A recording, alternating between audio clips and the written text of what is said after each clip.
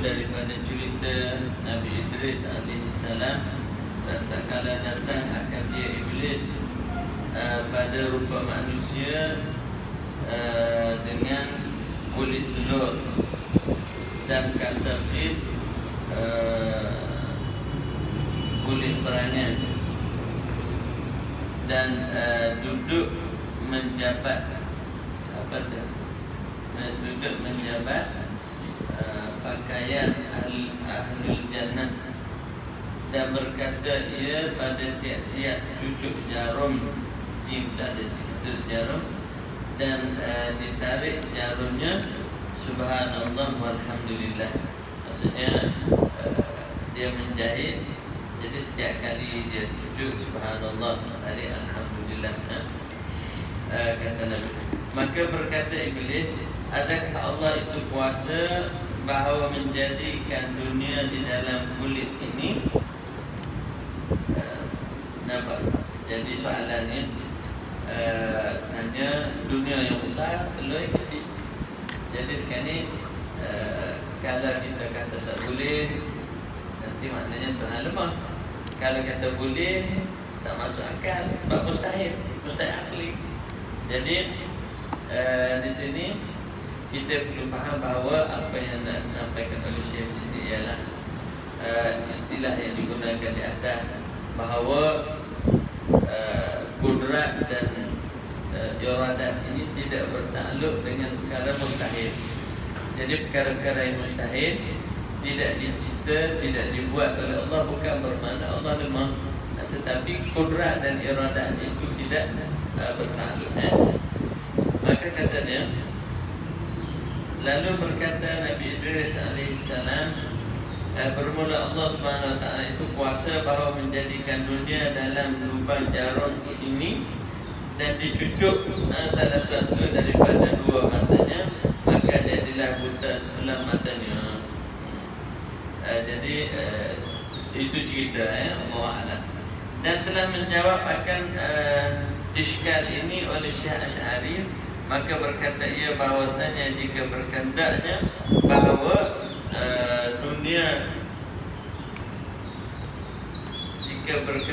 bahawa dunia atasnya barang yang ia atasnya, dan kulit telur atas barang yang ia atasnya, maka tiada dapat. Kerana jisim yang kecil itu mustahil bahawa masuk ia, dan jadilah ia di dalam tempat yang kecil yang satu. Maknanya kalau nak kata soalan tadi, boleh tak Tuhan nak masukkan dunia dalam kulit telur? Jadi kalau telur yang kecil, dunia yang besar, mana tak boleh masuk? Tak boleh masuk. Dan jika dikehendaki bahawa dikecilkan dunia terlebih kecil daripada kulit telur dan dimasukkan akan dia di dalamnya, atau dibesarkan kulit telur daripada dunia dan dimasukkan dunia di dalamnya, maka Allah SWT itu kuasa atas yang demikian itu, dan atas yang lebih daripada yang demikian itu. Boleh faham? Maksudnya sekarang ini dia nak beritahu bahawa sifat kudrat ini, kudrat dan iradat bertakluk dengan perkara-perkara yang harus pada akal. Jadi perkara-perkara yang mustahil tidak boleh. Jadi oleh kerana telur yang kecil dengan dunia yang besar, mustahil tak nak dimasukkan. Tapi kalau Tuhan besarkan telur, kecilkan dunia, boleh. Sebab itu dalam perkara yang mungkin. Mana telur tu ada besar, boleh. Allah Maha Kuasa. Dunia ada kecil, boleh. Tak ada masalah. Kata sebilangan ulama dan setengah ulama, setengah ni sebilangan lah, bahasa dulu dia terjemah daripada ba'dul ulama. Sebilangan ulama, dan sebab tiada mentafsirkan Nabi Idris jawabnya demikian itu, kerana bahawasanya yang bertanya itu orang inat. Maksudnya Nabi Idris tak jawab soalan dia tu. Sebab kalau jawab pun kan dia tak terima, cucuk mata tuyul.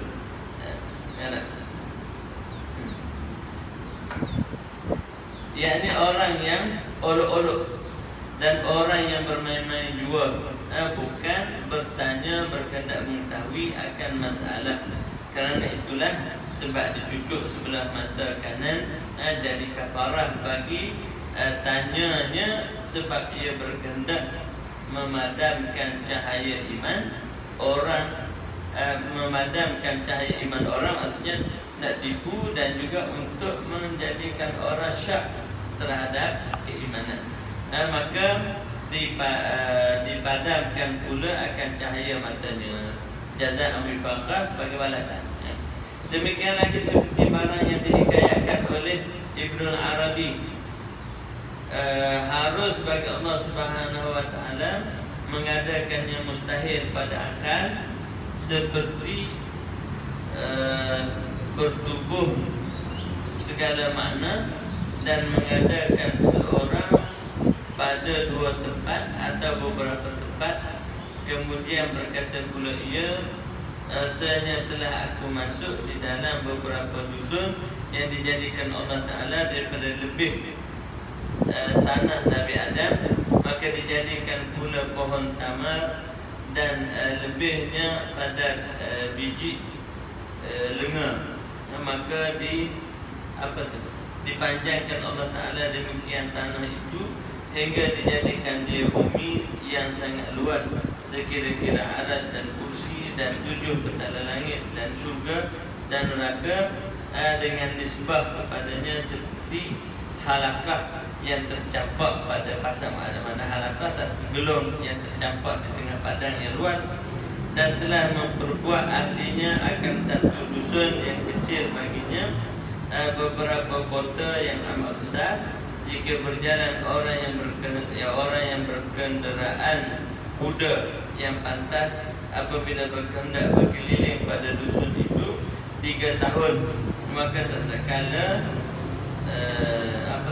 biji atas mereka itu mana benar, maka diperbuat pula sepertinya demikianlah hingga diperbuat 15 dusun. Dan aku lihat padanya beberapa yang mustahil pada akal, dan tiap-tiap yang ditolak oleh akal adanya, aku dapat ia mungkin pada segala dusun itu. Maka aku ketahuilah dengan demikian itu kita hukumkan mustahil, sebab singkat akal kita jua, dan bahawa Allah Subhanahu wa taala yang kuasa kuasa apa tu? Menghimpunkan, tak kuasa menghimpunkan menghimpunkan apa tu? Api. Menghimpunkan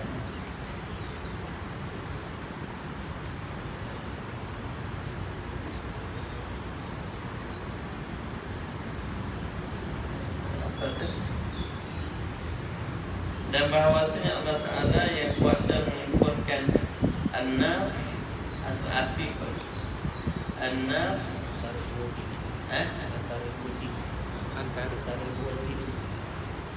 antara dan Allah SWT yang berkuasa menghimpunkan antara dua yang berlawanan. Sepatutnya ad-diddan la yastami'an, dua yang berlawanan tak kumpul. Kalau kumpul mustahil pada akal, tapi tak mampu kata. Dan diadakan jisim pada 2 tempat, satu jisim 2 tempat, satu di Malaysia, satu di Indonesia, satu badan, mustahil. Dan berdiri arak dengan sendirinya, dan berdiri makna dengan makna dan lainnya. Hak ni isu ni saya tak boleh nak bagi komen. Isu masalah Imam Ibn Arabi, sebab isyarat-isyarat sufi dia ni yang kita tak dapat nak faham. Saya dah baca beberapa kali, maksudnya bertalib pernah ada bincang isu mustahil akal menurut Ibn Arabi, tapi kita baca sebagai cerita je lah. Tapi asalnya perkara yang mustahil pada akal itu maksudnya yang nak diberitahu oleh Ibn Arabi ni, Yang mustahil pada akal tidak boleh, kerana pada akal kita tak boleh. Tapi Allah Subhanahu Wa Taala melebihi daripada itu lagi. Allah A'lam. Dan telah berkata, ini boleh nanti kalau nak tengok asal ada dalam Dr. Jumaat ada bincang asalnya dalam isu dalam YouTube, boleh tengok isu Ra'i Ibn Arabi haula istihalatul aql.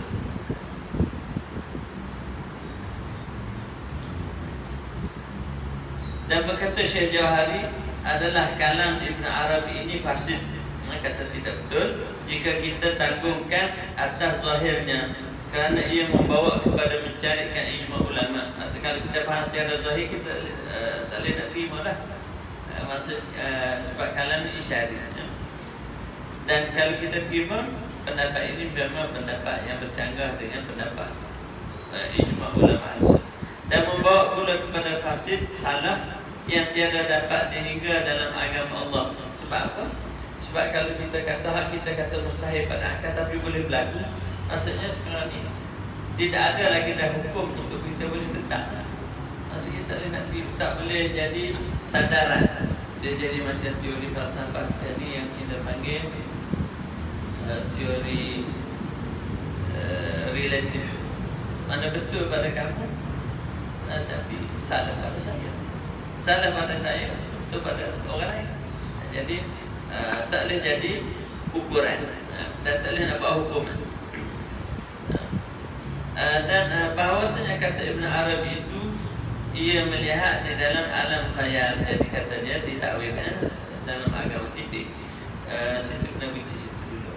Maka tak ditakwilkan oleh setengah ulama bahawasanya kata Ibn Arabi itu ia melihat di alam khayal. Artinya di dalam tidur, tiada ia melihat di dalam wujud khariji. Ini pun satu pendapat, tapi yang pentingnya Ibn Arabi bercakap sini dalam isyarat, bahasa isyarat kesufiannya. Jadi Allah A'lam. Dan alam khayal itu tiada diberikan atasnya hukum sekali-kali, dan adalah ta'wil itu tak dapat tiada, kerana bahawasanya telah menuntut setengah ulama katanya bahawasanya segala orang yang arifin itu hanya sungguhnya masuk mereka itu pada demikian bumi yang tersebut itu dengan arwah mereka itu, bukan dengan tubuh mereka itu. Maksudnya apa yang mereka alami itu adalah dalam alam rohani, bukan di alam nyata. Sebab kalau kita buat pendapat ini, pendapat bahawa perkara yang mustahil akal ini boleh jadi harus, maka rusaklah urusan agama. Baik, itu. Maka jadi bagus juga Syekh Daud memuatkan cerita Imam Ibn Arabi di sini. Ibn Arabi ini dia tulis dalam teks kita ni Ibnu Al-Arabi. Sebenarnya dalam istilah ulama ni dia ada dua. Kalau Ibnu Al-Arabi ni biasa dirujuk kepada murid kepada Imam Al-Ghazali yang merupakan ulama faqih yang menulis ahkam Al-Quran, tafsir ayatul ahkam, ayatul ahkam. Satu lagi Ibnu Arabi, tak ada alif lam. Ibnu Arabi itu ialah ulama tasawuf yang kita terkenal sebagai ahli sufi, yang kita panggil Ibnu Arabi. Jadi dalam tadi ditulis Ibnu Al-Arabi kan, tapi yang dia masukkan Imam Ibnu Arabi sufi. Maka makna kudrah itu telah terdahulu sebutnya. Ini definisi sifat kudrah, iaitu sifatun yata'atta biha ijad kullu mungkin aw i'damu ala wifqal iradah. Jadi orang kata bila kita nak mengajar, kita sifat iradah, nak ajar ke masjid apa nikah ni tak boleh. Dia orang masjid tak boleh faham. Kamu harus mesti boleh. Mana sifat iradat itu ialah sifat yang ada pada zat Allah Subhanahu Wa Taala. Dengan sifat iradat itu Tuhan mengada dan mentiadakan sesuatu yang harus pada akan mengikut ketentuan iradat. Itu sifat kudrat. Maksud sifat kudrat adalah sifat kesempurnaan yang ada pada Allah Subhanahu Wa Taala. Dengan sifat itu Tuhan mengada dan mentiada mengikut ketetapan iradat. Maka artinya itu ialah ikhraj kullu mungkin min al-adam ila al-wujud. Maksudnya mengeluarkan setiap perkara mungkin daripada tiada kepada ada. Mengeluarkan mungkin daripada adam tiada kepada wujud. Maka arti adam itu wahwa an yasira syai' la syai' kama kana awalan. Maksudnya adam apa makna an yasira syai' la syai'. Maksud tiada benda iaitu sesuatu menjadi tidak ada. Syai' maksudnya sesuatu yang syai' kita kata wujud lah. Sesuatu yang wujud itu menjadi tiada. Itulah maksud ada.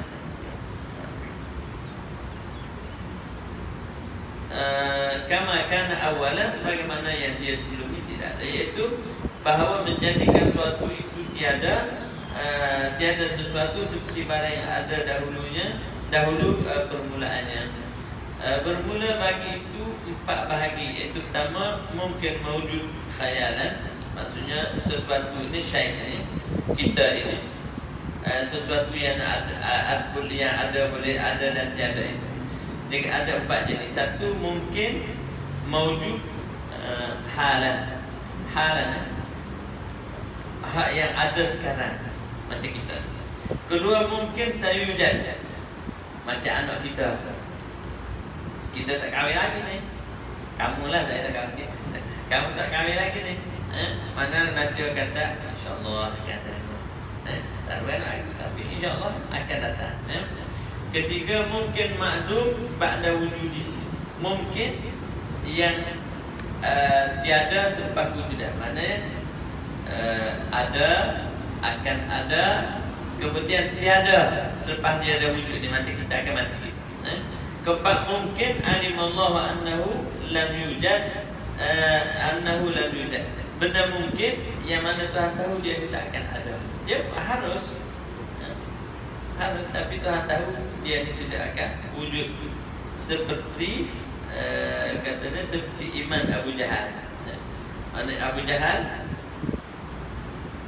boleh beriman, boleh kufur, tapi Tuhan tahu bahawa Abu Jahal tak akan beriman, mati dalam kufur.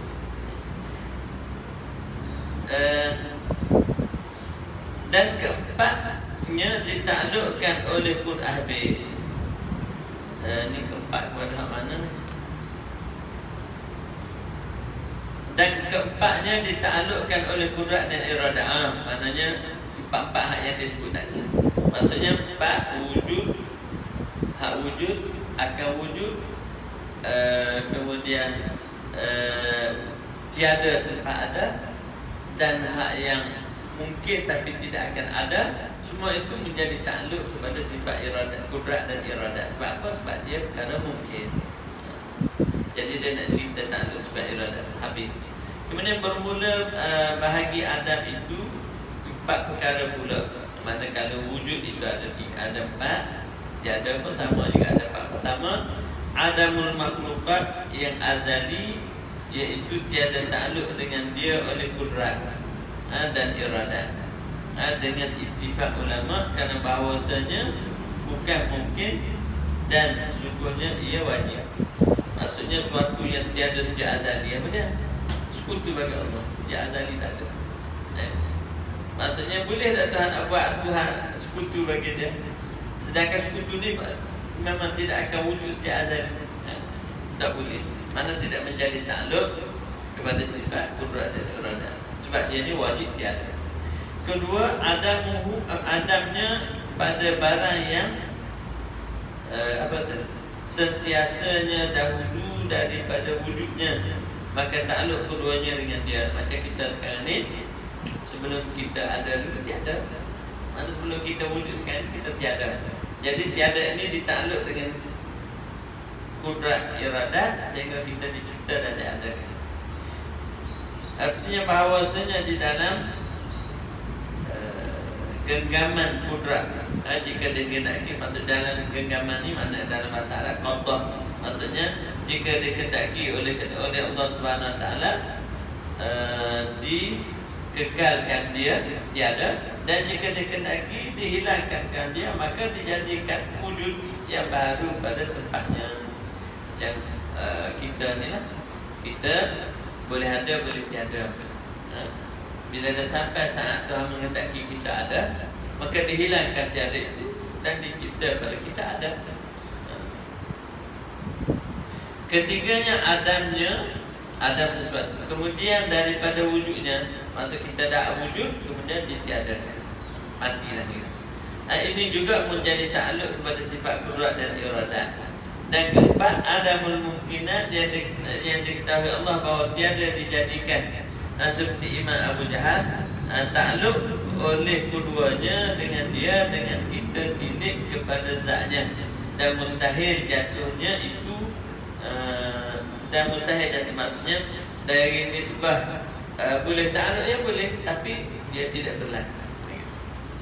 Dan mustahil jatuhnya itu kan betul.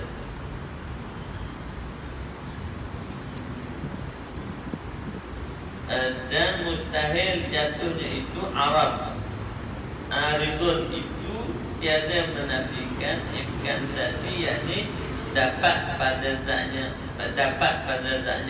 Inilah qaul yang sahih. Maksudnya imkan zati maksudnya dari sudut dia itu mungkin boleh berlaku. Dari sudut dia itu mungkin mana boleh berlaku, walaupun pada hakikatnya dia tidak berlaku. Ini pendapat qaul yang sahih, maknanya sebab dia pada asasnya, kalau kita tengok macam hak yang pertama tadi, iman Abu Jahal, maksudnya Abu Jahal dia beriman pada sudut mungkin, ya mungkin Abu Jahal boleh beriman, boleh tak beriman. Tapi oleh kerana Tuhan tahu dah bahawa dia tidak beriman, maka tidak tertakluk dengan dia itu sifat kudrat dan juga sifat iradat.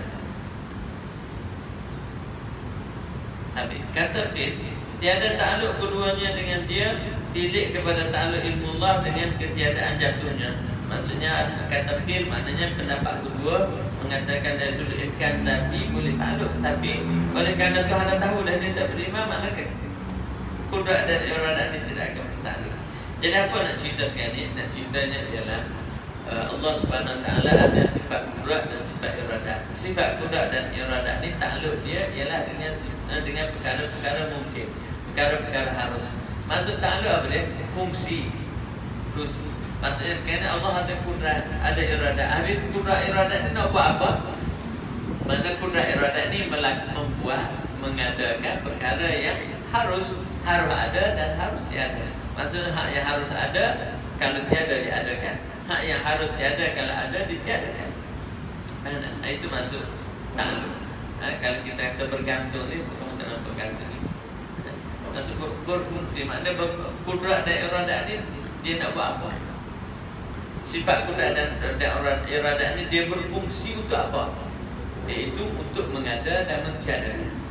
Dan sifat iradat pula berfungsi untuk apa? Untuk menentukan.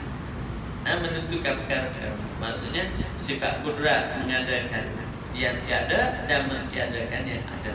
Sifat iradat menentukan sesuatu yang mungkin itu sama ada untuk ada ataupun untuk ditiadakan, ataupun nak ditentukan dengan apa-apa keadaan yang sepatutnya bagi dia.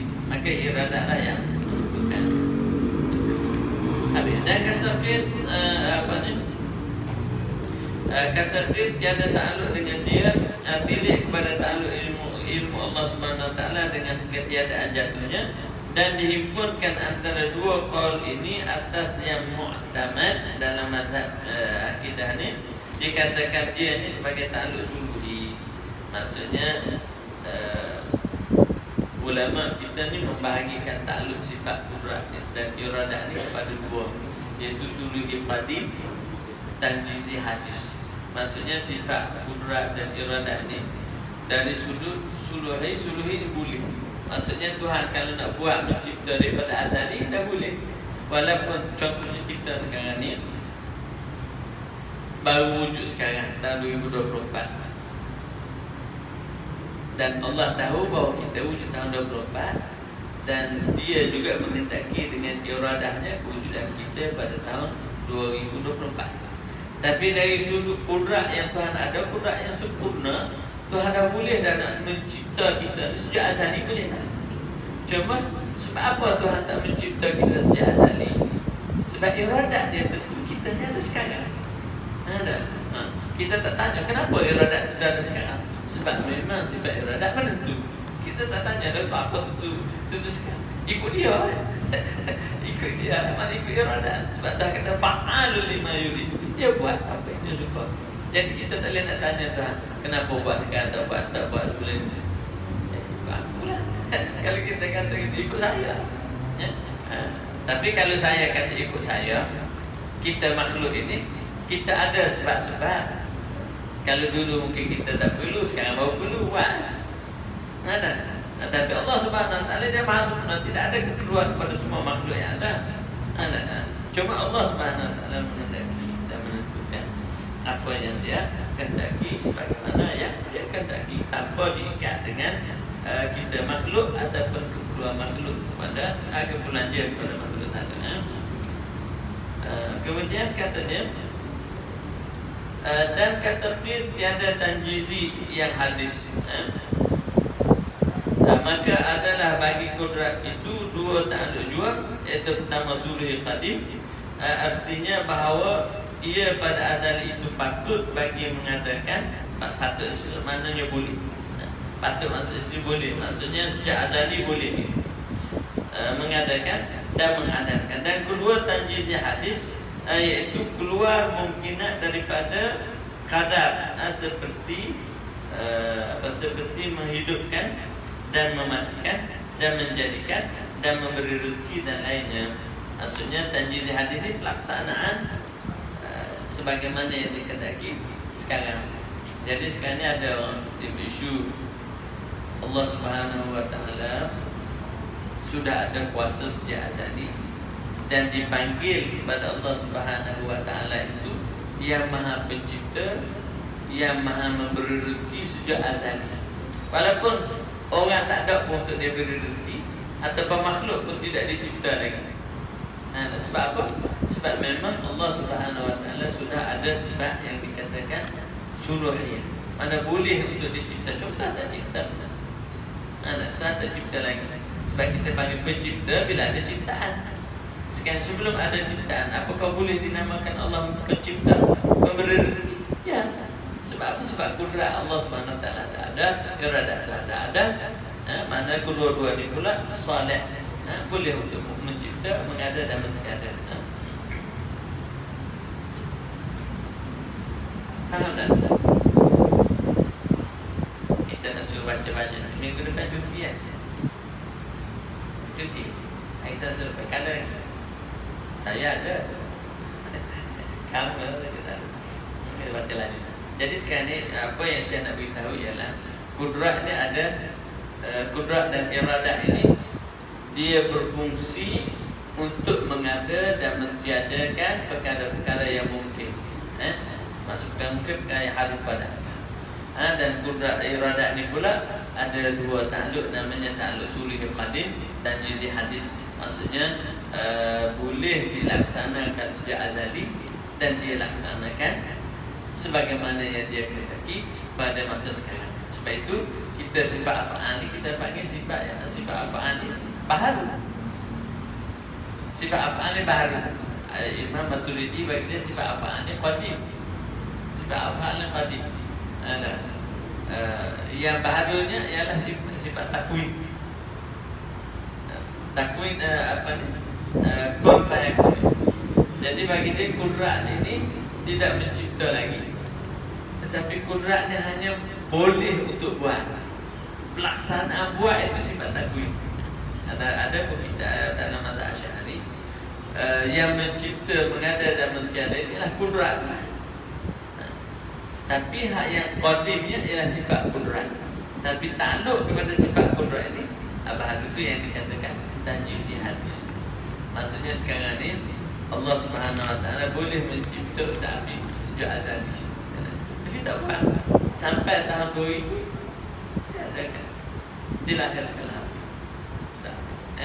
mana tanjiz terlaksana iradat yang Tuhan kehendaki itu pada waktu yang telah ditetapkan.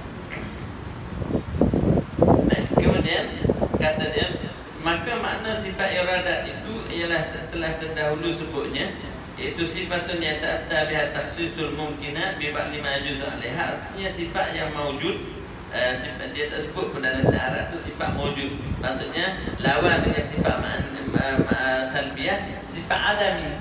Sifat ma'ani ni sifat maujud. Sifat yang wujud tapi wujud dia makna. Maksud makna ni tak nampak dia kata kan. Sifat maksud sifat ma'ani ialah sifat ni tak nampak tengok kewujudan dia dengan kita menggunakan panca indera ni kalau pada kita ni lah. Sebab tu dia panggil ma'ani.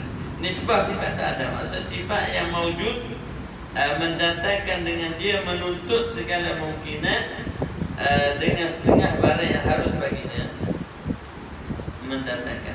Maksudnya kata dia tu sifatun dia tak ada tu dia terjemah mendatangkan tu, ataupun kita boleh terjemah mudah kan, sifat yang membolehkan Allah Subhanahu Wa Taala menentukan sesuatu yang mungkin untuk diciptanya, untuk dibuat oleh kudrat. Maksudnya Allah Subhanahu Wa Taala dengan sifat iradat ini, Allah Subhanahu Wa Taala menentukan sesuatu itu untuk dia ada ataupun tiada, lelaki ataupun wanita, besar ataupun kecil. Itu sifat iradat yang menentukan dulu ataupun sekarang masa. Dan erti taksis itu merajihkan setengah yang harus atasnya daripada yang lain. Tak faham juga. Merajih ni maksudnya asal dia gini, soalan timbangan sama gitu. Untuk menjadikan dia ni berat, kena bubuh sesuatu. Timbangan barulah berat. Maksud kita tengok timbangan dacing tu dia ada sama gitu. Jadi untuk dacing ni berat, kena bubuhlah timbangan apa benda lah, tak barulah dia jadi berat. Kan? Jadi maksudnya di sini kita ni boleh ada, boleh tiada.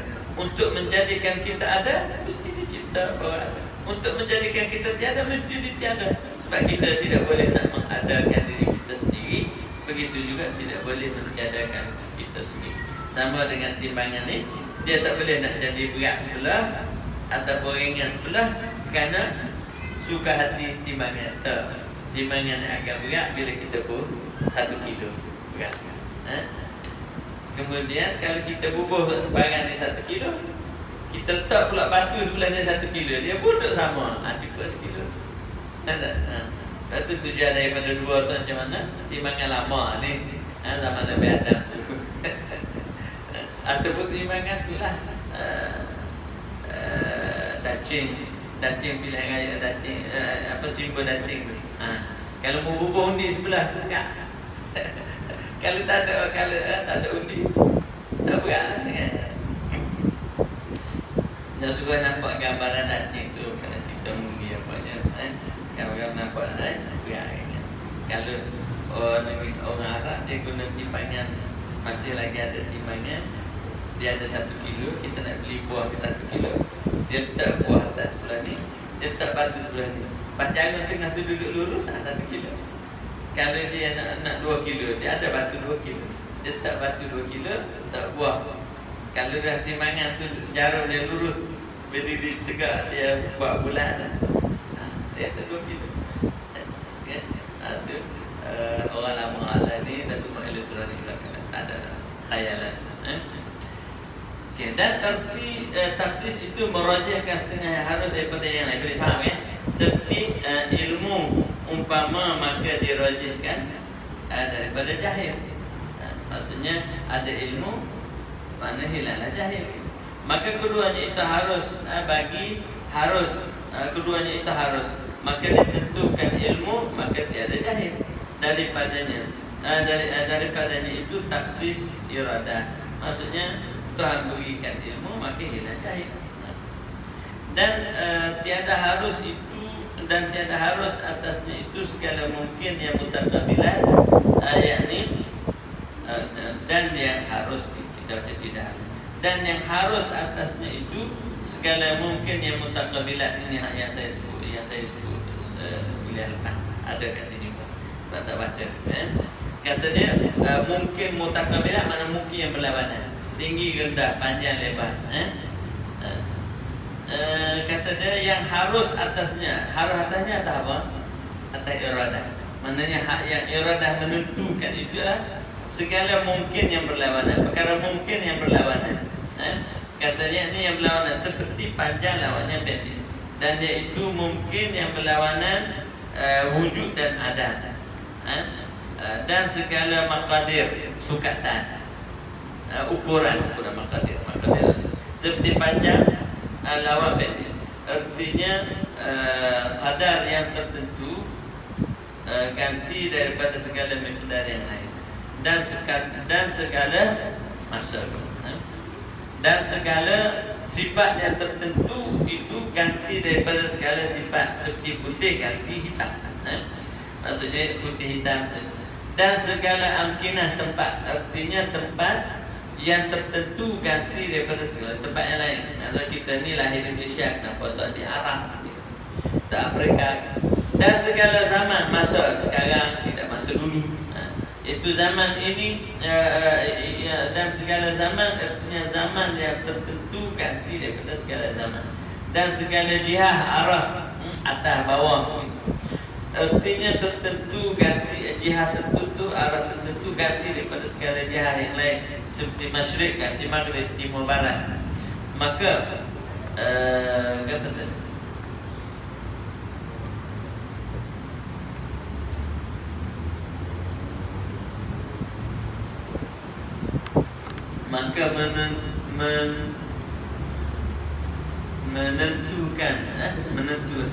maka menentukan suatu daripada segala tersebut itu, maksudnya menentukan masa, tempat, kadar, arah, semua itu adalah iradah. Kenapa kita rasakan? Itulah iradah Allah, bukan Allah. Itu adalah taksir iradah. Mana taksir? Maknanya peranan iradah ataupun kesan daripada sifat iradah. Dan mengadakan dia itu taksir kudrat, maksudnya menentukan semua sekali itu adalah arah-arah tempat apa itu iradah menentukan.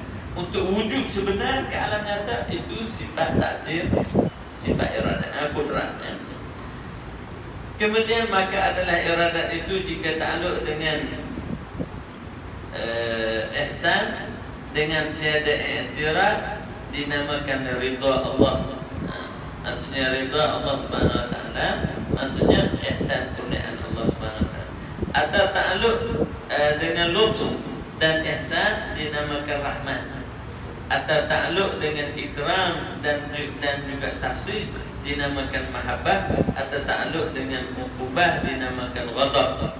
Dan lagi adalah iradah itu berlainan bagi amar. Ini dalam kita dah belajar dulu. Amar, redha lain daripada sifat iradah. Sifat iradah ini sifat yang mentaksis, menentukan. Dan redha ini sebagaimana kita tahu dia adalah ta'alluq kepada sifat iradah, iaitu bila mana ta'alluq dengan ihsan Allah Subhanahu wa taala kepada kita, mana Tuhan redha. Dan bila Tuhan ta'alluq dengan marah, itu azab dan uqubat, seksa, maka itu dipanggil marah. Mana bila Allah Subhanahu wa taala menentukan sedemikian. Dan amar pula adalah suruhan daripada Allah Subhanahu wa taala, dan dia tidak sama dengan iradah. Dan makna amar itu tuntut perbuatan. Maka terkadang disuruh Allah dengan suatu dan dikehendakinya, seperti iman, anbiya dan malaikat dan sekalian orang mukmin. Ini nak beza antara amar dengan iradah. Ada hak yang Tuhan suruh dan Tuhan kehendaki. Maksudnya Tuhan suruh para anbiya beriman dan Tuhan kehendaki beriman. Ada juga yang kita tengok sekarang, kata kadang-kadang disuruh dan tiada dikehendaki. Seperti iman orang yang telah dahulu ilmunya bahawasanya tiada beriman, seperti iblis. Tuhan suruh beriman semua, tapi Tuhan dah tahu dah dia tidak mau beriman, dan Tuhan menghendaki Tuhan tidak menghendaki dia beriman. Seperti juga Iblis dan dua wazirnya, dua menteri Iblis, iaitu Abu Jahal dan Abu Lahab. Maknanya Tuhan suruh beriman tapi dia tetap tidak beriman, dan Tuhan tahu bahawa dia tidak beriman.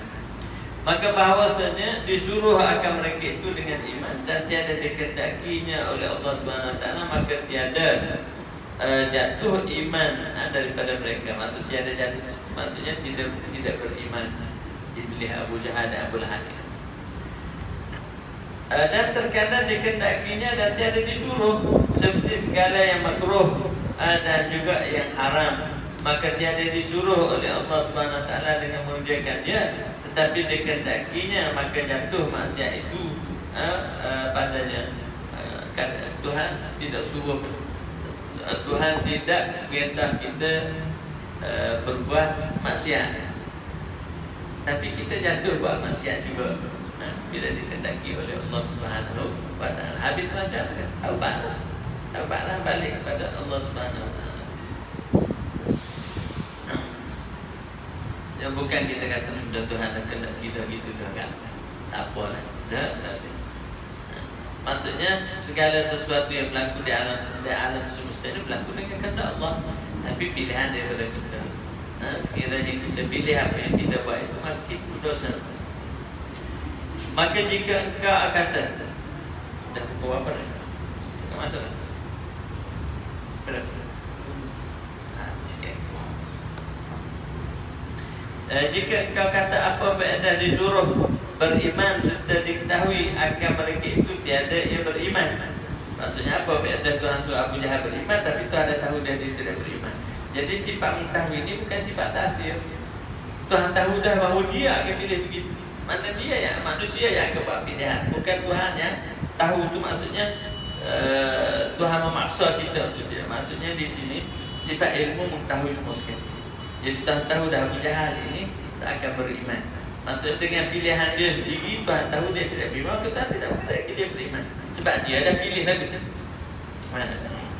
Jawabnya adalah faedahnya menyatakan orang yang mengikut dan orang yang menyalahi baginya supaya diberi pahala atas orang yang menyampaikan akan dia, pahala tabligh. Kerana bahawasanya Allah Subhanahu wa taala itu la yus'alu amma yaf'alu wa hum yus'alun.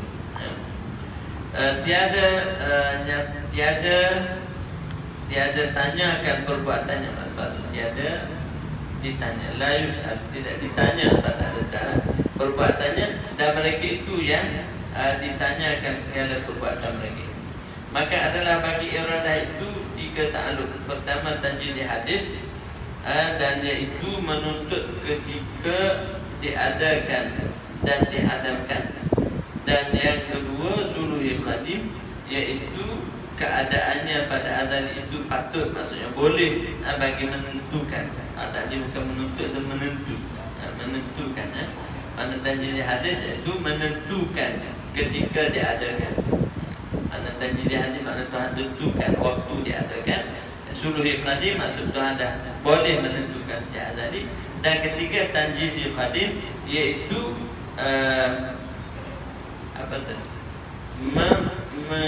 menyemhajakan Allah pada azali. Maknanya Tuhan sudah ada iradat sejak azali. Kelakuan yang ada ia atasnya mungkin pada barang yang sentiasa wujudnya atau adamnya, maka adalah daripada maka adalah maka adalah kudrat. Maka adalah kudrat dan iradah itu ta'aluk pada satu hukum akal dua, iaitu pada yang jaiz. Sekali lagi ya. Kata dia tanjizil qadim. Apa maksud tanjizil qadim? Maksudnya Allah sejak azali dah menentukan. Tengok sini. Dia kata ta'aluk sebab Quran ada tiga. Suluhil qadim, tanjizil qadim, tanjizil hadis. Maksudnya macam mana? Allah ada sifat kudrat. Sifat kudrat ni boleh menentu, tak boleh menentu? Sudah boleh menentu. Tuhan menentu dah sejak azali, dah tentu pun. Maksudnya Tuhan dah menentukan Afriq tahun 2024 ada. azali dah, Tuhan dah tentu dah. Kemudian bila sampai waktu ketentuan tersebut, Tuhan laksanakan ketentuan. Itu namanya tanjizi hadis, pelaksanaan semasa. Dan bila dah Tuhan tanjizi hadis itu, maka kontrak mengadakan. Mana iradah dah menentukan sejak azali, kemudian iradah menentukan pada masa adanya itu bila 2024, kemudian kudrat menzahirkan, maksudnya mengadakan. Kemudian dia nak kata kudrat dan iradah ini bertakluk dengan perkara yang harus askar, maksudnya mungkin. Maksudnya kita nak faham apa? Sifat ma'ani bagi Allah Subhanahu Wa Taala itu ialah sifat kudrat dan sifat iradah. Sifat kudrat iradah ini peranannya ialah untuk mengada dan menciadakan apa-apa yang ditentukan oleh iradah. Dan iradah ini bertakluk dengan perkara yang harus. Maksud bertakluk apa dia? Berfungsi untuk mengada dan menciadakan perkara-perkara yang mungkin, yang harus pada akal. Maksudnya apa yang tidak mustahil pada akal kita, maka iradah dan kudrat boleh untuk melaksanakannya. Kesembilan, ilmu. Maknanya mengetahui. Berkenal. Boleh lagi.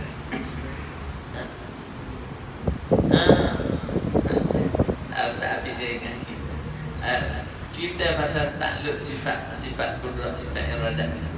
Ada waktu kami belajar dulu, guru kami Dr. Muhyiddin As-Safi, zaman muda macam kamu-kamu ni lah. Mereka ni bila dia kata sepupu dia, bila dah habis sepupu dia dah habis sanawi, sekolah menengah, nak masuk universiti. Jadi Mesir ni kalau boleh masuk kuliah harbiah ataupun macam kuliah ketenteraan kita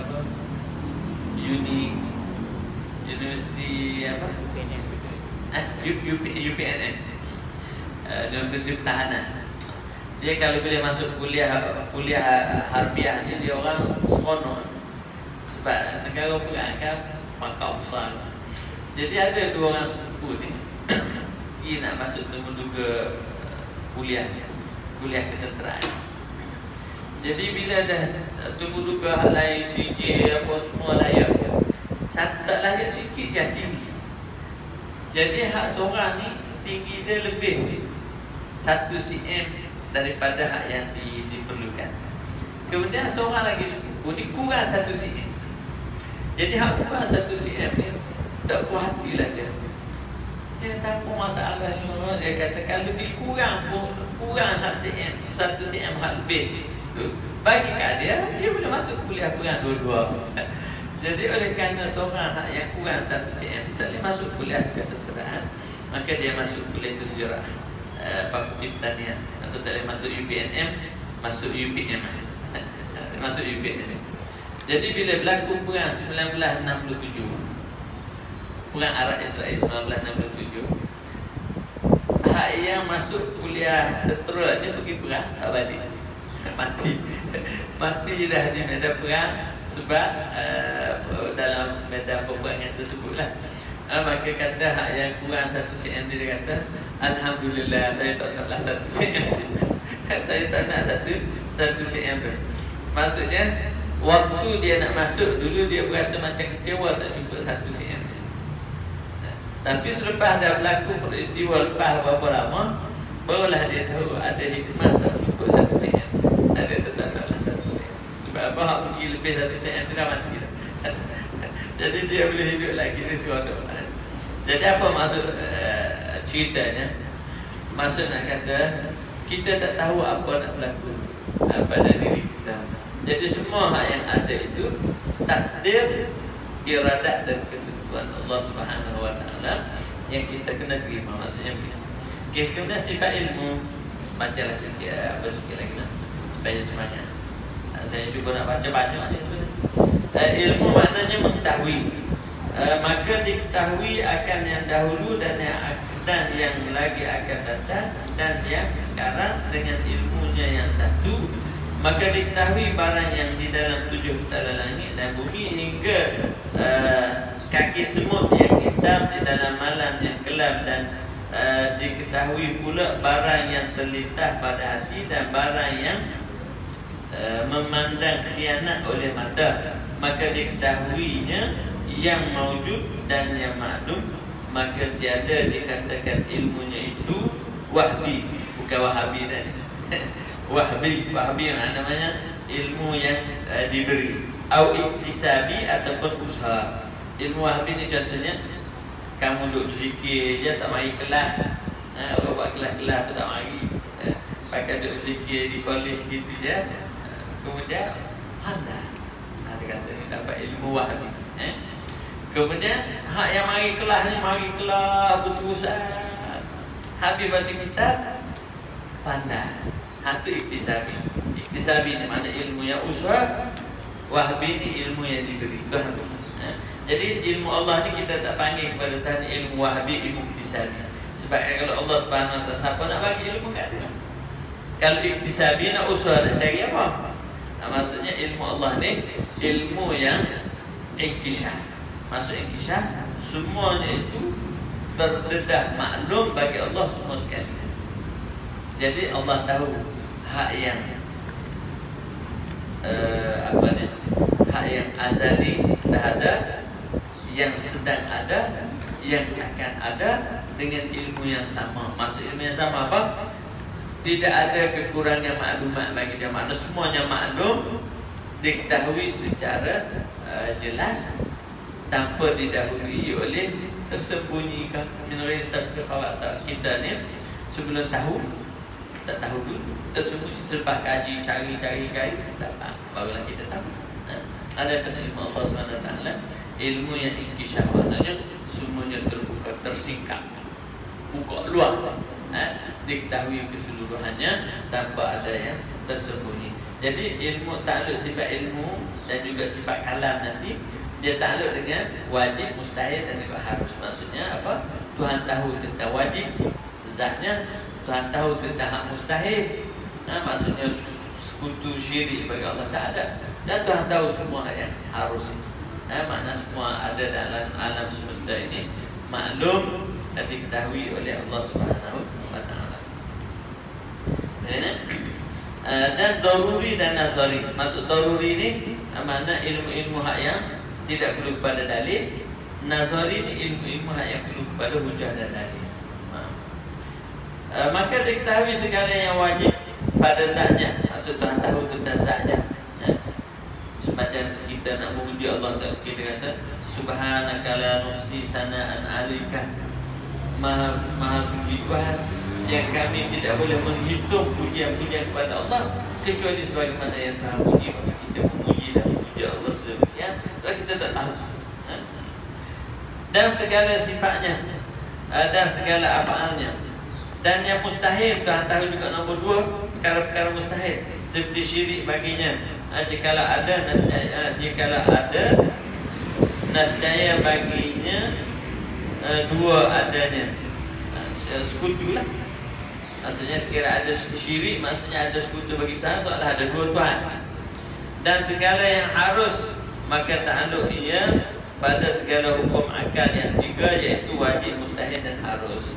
Maksudnya Allah Subhanahu Wa Taala tahu perkara yang wajib pada akal, tahu perkara yang mustahil pada akal, tahu perkara yang harus pada akal. Dan mustahil dan jaiz, wajib, mustahil dan jaiz, kerana ia bukan sifat yang memberi bekas, seperti kudrat yang apa tu? Seperti kudrat yang memberi bekas, makna kudrat. Dan yang dan sungguhnya ia sifat inkishaf. Bukan, maksudnya dia kata ilmu ni bukan sifat yang memberi bekas. Maksudnya bukan sifat taksir, sifat wujud. Contohnya Tuhan tahu orang yang kafir itu masuk neraka. Tuhan tahu. Jadi boleh tak kita kata dia masuk neraka ni kerana Tuhan dah tahu dia masuk neraka? Tak, sebab tahu bukan sifat taksir. Tahu dia inkishaf, tahu je lah. Mana Tuhan tahu sebab kamu ada, kamu nak ikut hawa nafsu, ikut tipu daya syaitan, kemudian kamu tak dengar nasihat orang, kamu pekah kepala gitu, matilah kamu dalam keadaan tersebut, masuk neraka. Mana? Apakah sifat ilmu itu memberi kesan? Tidak. Sebab dia ada sungguhnya ia sifat inkishaf dua. Maksud sifat inkishaf mana maklum saja. Maka had ilmu itu, had ada definisi. Definisi ilmu itu iaitu sifatun yang yashuru bihal ma'lum ala ma huwa bihi inkishafan la yahtamilun naqid biwajhin. Kata dia sifat ilmu itu ialah sifat inkishaf, iaitu sifat yang menyatakan dengan dia segala maklum. Menyatakan apa maksud sifat menyata? Maksud sifat yang nyata dan jelas bagi Allah Subhanahu Wa Taala segala sesuatu, daripada segala yang wajib dan yang harus dan yang mustahil, atas barang yang ia dengan dia akan sebagai kenyataan. Payah kan? Maksudnya Allah Subhanahu Wa Taala mengetahui sesuatu itu sebagaimana adanya. Maksudnya Tuhan tahu sebagaimana apa yang sepatutnya, itulah yang diketahui oleh Allah Subhanahu Wa Taala. Inkishafan la yahtamilun naqid, katanya sebagai ketiadaan yang tiada diihtimalkan lawan, satu jalan daripada segala jalan. Tak faham juga ya. Maksudnya Tuhan tahu segala sesuatu itu, kata dia inkishaf la yahtamilun naqid. Manakala Tuhan tahu ada, maksudnya tiada, tak masuk dah tiada itu. Itu. Sebab kita kalau kita tahu ada, tiba-tiba ada masuk juga masalah lawan dia tiada. Jadi bila kita tahu ada, tiada dia dah tak masuk dah. Memang ada. Tapi bila masuk tiada, apa jadinya? Ragu kan? Ada apa? Tapi macam tak ada. Tak punya suara. Kita dah mula masuk kepada kita keraguan. Sebab apa? Sebab lawan dia masuk. Itu masalah ya, tamilun. Maksudnya kalau dia tahu ada, memang betul-betul ada gitu. Kalau tiada, memang maksud tak ada dah masuk ya, lawan dia. Kalau masuk lawan, ragu lah. Maksudnya kenapa kita kata saya sama-sama lah. Kita masuk tak ada pendirian, tak boleh buat keputusan. Sebab apa? 50-50. Sebab apa 50-50? Sebab maklumat yang kita ada, antara ada dengan tiada sama banyak. Maka kita tengok ni clear. Maksudnya maklumat clear. Ada ragu, tak ada. Maksudnya kalau kata ada, tiada sudah ke samping. Kau tak faham? Maksudnya dia kata Allah Subhanahu Wa Taala ni mengetahui sesuatu itu clear. Boleh.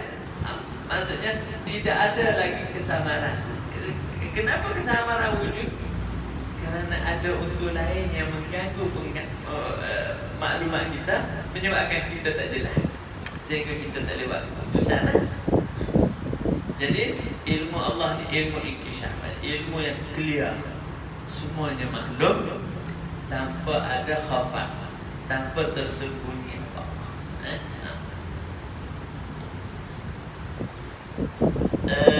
Maka keluar dengan kata menyatakan itu syak, zan, waham.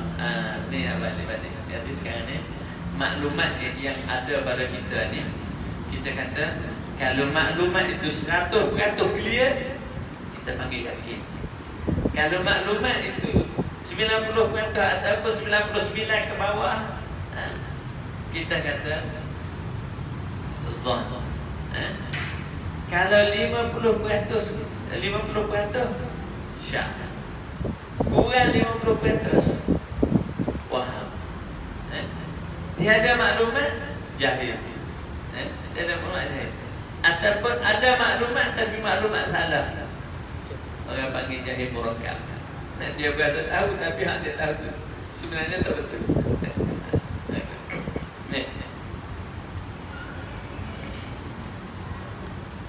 Kadang-kadang Bila kita kata orang nak pakai Quran hadis tapi tak faham hadis, nak faham dia tak tahu apa, tak faham macam mana nak guna hujah pengistidlal, penghujahan untuk menjadi suatu tu boleh diistinbat sebagai hukum. Tak boleh guna juga. Allah. Kemudian katanya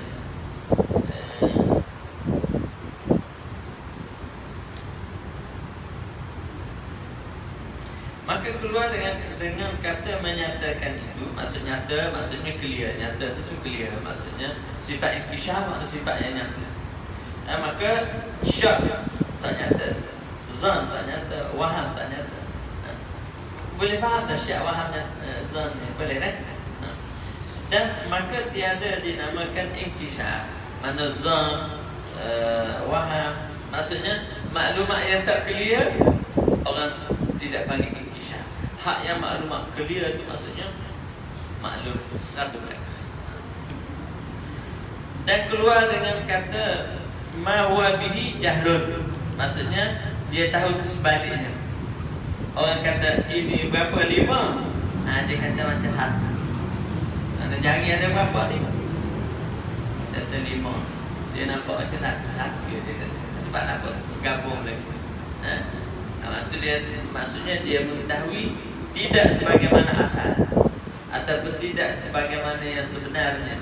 Bukan panggil jahil. Mana hak yang dia tahu tu, orang tahu sebenarnya Zuhur berapa? 5. Itu jahil. Jadi jahil tak payah sangat kita beritahu salah tu kan. Zuhur itu no. Ada sebenarnya Zuhur sedang. Ada apa? Alim dia. Dan keluar dengan alam huwa bihi jahlun, sifat jahil. Maka jahil yang mereka apa? Jahil yang murakkab. Jahil murakkab ni maksudnya maklumat salah. Kerana tiada ia kerana tiada ia membukakan atas barang yang iaitu atasnya. Tiada yang membuka tak asalnya membuka lah. Maksudnya dia tak tahu hak yang sebenar. Jadi barangnya itu sebab dia nak terjemah la ya'lamu ala ma huwa bih. Maksudnya dia tidak tahu sebagaimana hak yang sebenar. Sebab itu kita i'tiqad ini sebagaimana disebut oleh Syekh Zakir Al-Ansari, i'tiqad al-jazim al-mutabiq lil waqi' ad-dalil. Maksudnya i'tiqad yang yakin ini mesti i'tiqad itu yakin tepat dengan bukti. Jadi kalau i'tiqad itu tidak tepat, maka tak jadi i'tiqad. Ataupun tak ada bukti, tak jadi i'tiqad. Mana i'tiqad yang sempurna, yang pertama jazim, mana clear. Jazim ni clear. Kemudian tepat, ada bukti. Maka keluar dengan kata la yahtamilun naqid biwajhin, mana tidak ada lawan sama sekali. Ini i'tiqad yang tiada jazim, mana i'tiqad yang tidak yakin. Kerana bahawasanya itu diihtimalkan naqid dengan mensyakkan oleh yang memberi syak. Maksudnya i'tiqad orang yang tak jazim, bila diragukan oleh orang dia pun gelabah. Maka pada masa itu ada lawan. Dan dikendaki dengan yang maklum itu tiap-tiap yang wajib dan yang mustahil dan yang jaiz, maka masuk di dalam yang jaiz itu barang yang tiada kesudahan nikmat atau gerak ahli tiada kesudahan nikmat ataupun gerak ahli jannah, ahli syurga, maka diketahuinya dengan tafsir dikala tiada ada baginya kesudahan sekalipun. Maksudnya sekarang ni contohnya ahli syurga dia akan hidup dalam syurga ini tanpa binasa, tak binasa. Jadi sekarang ni kalau dah tak binasa, maknanya tidak ada ending dah, abadi dah, azali taklah, sebab dia baru dicipta. Tapi akhir ada sebab dia tak binasa. Apakah dia termasuk dalam maklum Allah? Masuk dalam maklum Allah. Itu maksudnya kata la yahtamilun naqid. Maksudnya yang diketahui oleh yang diketahui dengan maklum mengetahui itu semua wajib, mustahil, harus, dan masuk dalam maksud kata harus. Masuk dalam kata harus itu ayat yang terberuna kita atas tadi dah. Yang masuk dalam kata harus, makna harus, iaitu orang-orang dalam syurga walaupun nikmatnya tidak berakhir dan kehidupan mereka juga tidak berakhir, dia tak jadi wajib, dia tak juga harus. Cuma Allah SWT sahaja menghendaki dia tidak binasa. Kemudian dan katakan diketahuinya dengan tafsir itu barang yang ada kesudahan. Ada pun yang tiada baginya kesudahan, maka mustahil bahawa diketahui maka mustahil bahawa diketahui kehinggaannya kesudahannya lah, maka mustahil diketahui kesudahannya. Dan kata Syekh Suhaimi, dan hasil dakwa orang yang berkata tiada diketahui barang yang tiada kesudahannya itu dengan tafsir, tiada i'tikad itu kafir, dan jika ada ia salah sekalipun. Sebab ada syubhat. Sebab ada syubhat, maksudnya bila ada orang kata Tuhan tak tahu, seolah-olah kita menafikan sifat ilmu bagi Allah. Menafikan sifat ilmu bagi Allah boleh membawa kepada kekufuran. Sebab oleh kerana soalan ini soalan yang umum, perlu pada fikir dan faham. Maka supaya kita tidak mudah untuk mentakfirkan. Maka jika engkau kata bahawasanya adalah ilmu Allah itu meliputi bagi barang yang tiada ada kesudahannya dengan jalan tafsir, bahawasanya tiada ada baginya kesudahan, maka adalah di antara keduanya itu berlawanan. Dan yang menghukumkan ketiadaan hingga itu ketiadaan tafsir pula, itulah yang itulah yang berpatut tanya. Itulah yang berpatut tanya, kerana ialah kata Imam pada kitabnya Al-Quran. Imam itu Imam Al-Haramain. Maksud Imam sini Imam Al-Haramain. Dalam kitab ada nama kitab Al-Quran.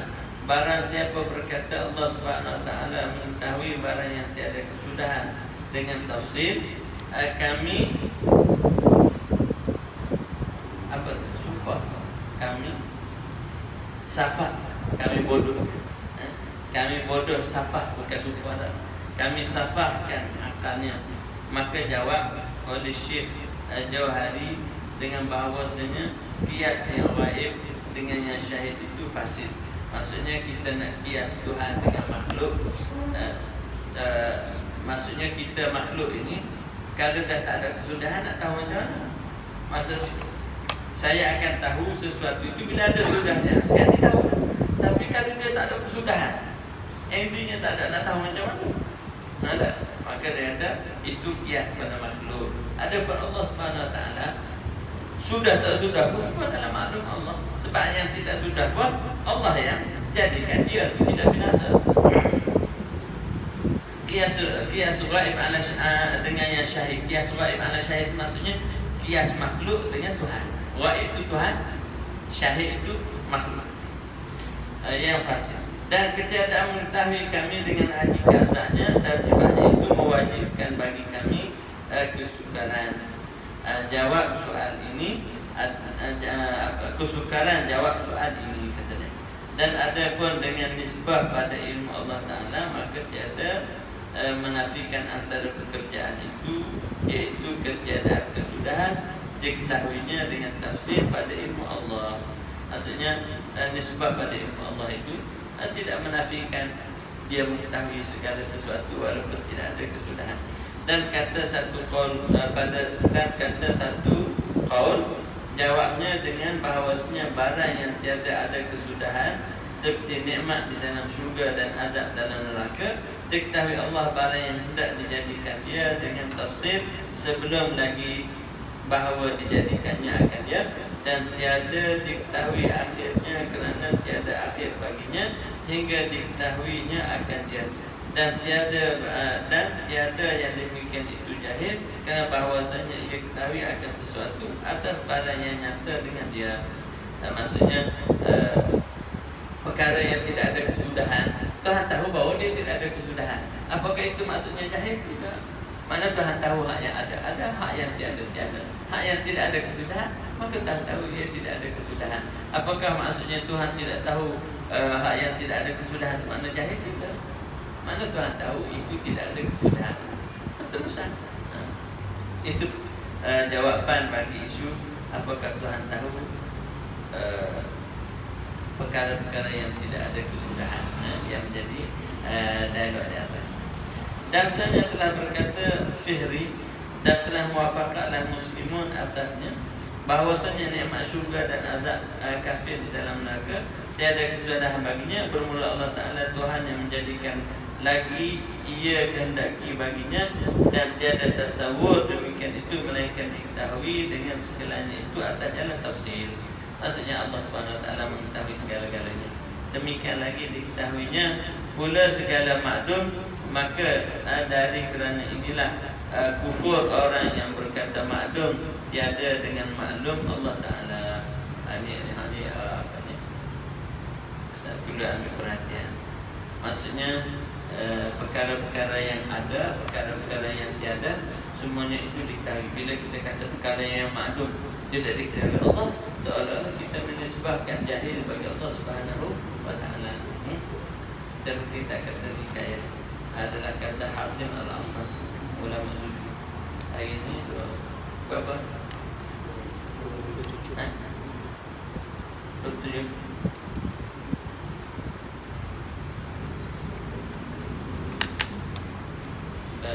Kalau nak baca lagi ni tak ada nak berhenti dah.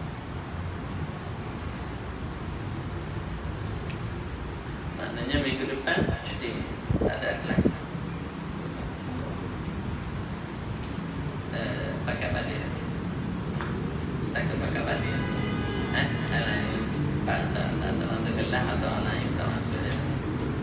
Kita cuti lah. Supaya tak ada nak fikir-fikir. Kita bagi cuti. Mana cuti ni 2 minggu boleh? Seminggu je. Mana minggu sekali lagi, hari Selasa sekali lagi ada. Bismillahirrahmanirrahim. Asyhadu an la ilaha illa anta astaghfiruka. Bismillahirrahmanirrahim.